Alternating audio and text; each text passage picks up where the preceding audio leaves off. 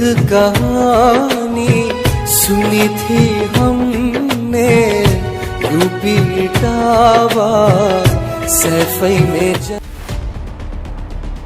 मुलायम एक ऐसा नाम जिसका आज अंत हो गया।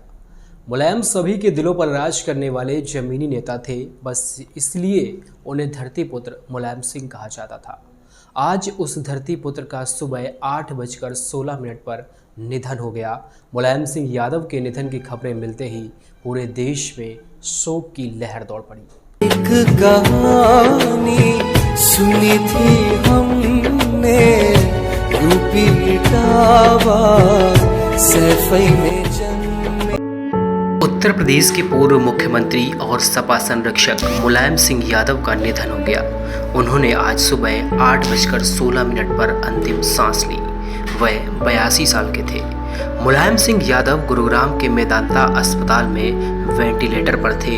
पिछले रविवार से उनकी हालत नाजुक बनी हुई है। मुलायम सिंह यादव के निधन के बाद सपा कार्यकर्ताओं में शोक की लहर दौड़ पड़ी। पहलवान और शिक्षक रहे मुलायम सिंह ने लंबी सियासी पारी खेली है। 3 बार यूपी के मुख्यमंत्री भी रहे, केंद्र में रक्षा मंत्री रहे। उन्होंने बेहद साहसिक सियासी फैसलों के लिए भी जाना जाता है। अब बात मुलायम के उस दौर की जिसने मुलायम को जमीन से आसमान तक पहुंचाया। कौन थे मुलायम, क्या थी उनकी सियासत और कैसे उन्होंने जमीन से लेकर आसमान तक का सफर किया, जानिए हमारी इस पूरी रिपोर्ट में।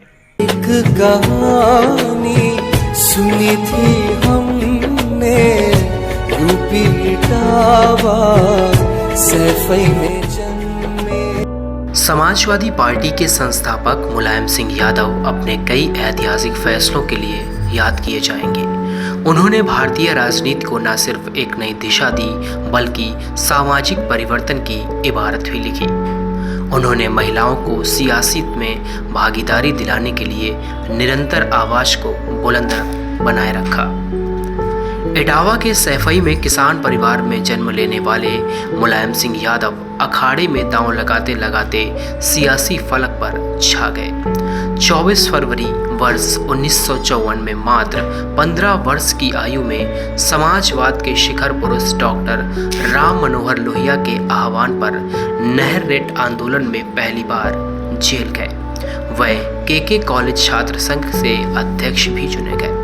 आगरा विश्वविद्यालय से राजनीतिक विज्ञान में स्नातकोत्तर करने के बाद इंटर कॉलेज में प्रवक्ता बने।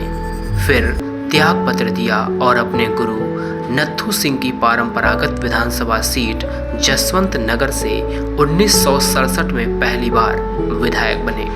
इसके बाद पीछे मुड़कर उन्होंने कभी नहीं देखा। उन्होंने अपने जीवन में कई अहम फैसले किए, जिसकी वजह से उनके रहने वाले लोग उन्हें फैसलों को लेकर याद करेंगे। अपने राजनीतिक सफर के पिछड़ी जातियों और अल्पसंख्यकों के हित की अगुवाई कर अपनी पुख्ता राजनीतिक जमीन तैयार करी। उन्होंने अपने जीवन काल में कई ऐतिहासिक फैसले भी लिए, जिसके लिए वह हमेशा याद किए जाएंगे। समाजवादी पार्टी का गठन कैसे हुआ?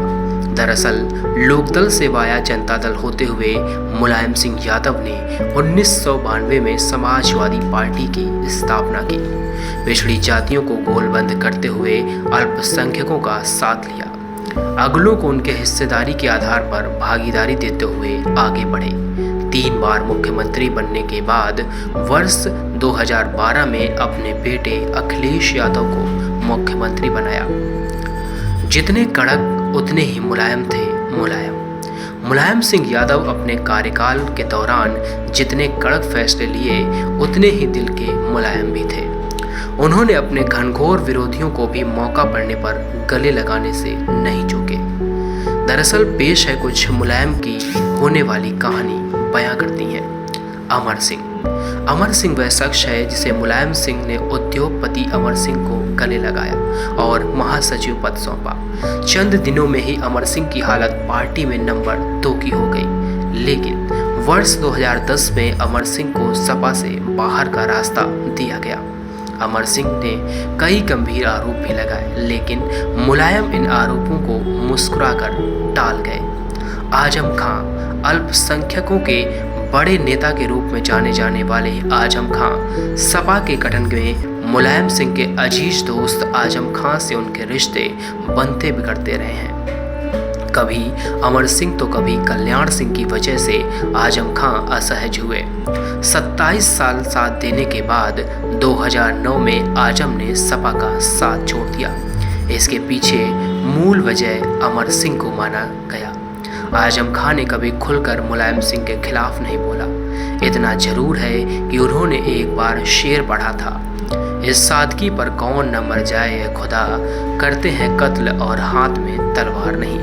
फिर 4 दिसंबर 2010 को आजम खां की घर वापसी हुई। दोनों मिले तो आंखों में आंसू छलक पड़े। कल्याण सिंह यूपी की सियासत में बड़ा चेहरा रहे। प्रदेश की सियासत में एक साथ सफर शुरू करने वाले मुलायम सिंह को 6 दिसंबर 1992 को मुल्ला मुलायम तो कल्याण सिंह को हिंदू सम्राट की उपाधि मिली। भाजपा से रिश्ते खराब होने के बाद कल्याण ने अपनी अलग पार्टी बनाई। वर्ष 2009 में ठीक पहले मुलायम सिंह ने कल्याण सिंह से मिले।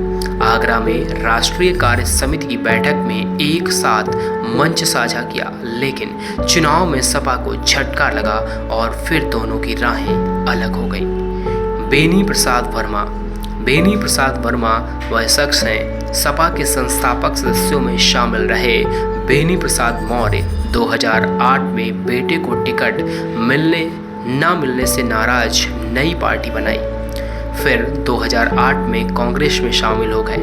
वर्मा ने मुलायम सिंह के खिलाफ बयान दिया कि मुलायम प्रधानमंत्री बनना चाहते हैं, लेकिन उनकी औकात प्रधानमंत्री कार्यालय में झाड़ू लगाने तक की नहीं है। इसके बाद भी मुलायम सिंह ने कभी भी बेनी प्रसाद के लिए बयान नहीं दिया। हालात बदले और बेनी प्रसाद सपा में वापस आ गए। उन्हें सपा ने 2016 में राज्यसभा के लिए भेजा। मुलायम सिंह यादव 22 नवंबर 1939 में जन्मे और 10 अक्टूबर यानी आज 2022 को सुबह अंतिम सांस ली। दरअसल क्या था मुलायम सिंह का सियासी सफर, आपको बता दें।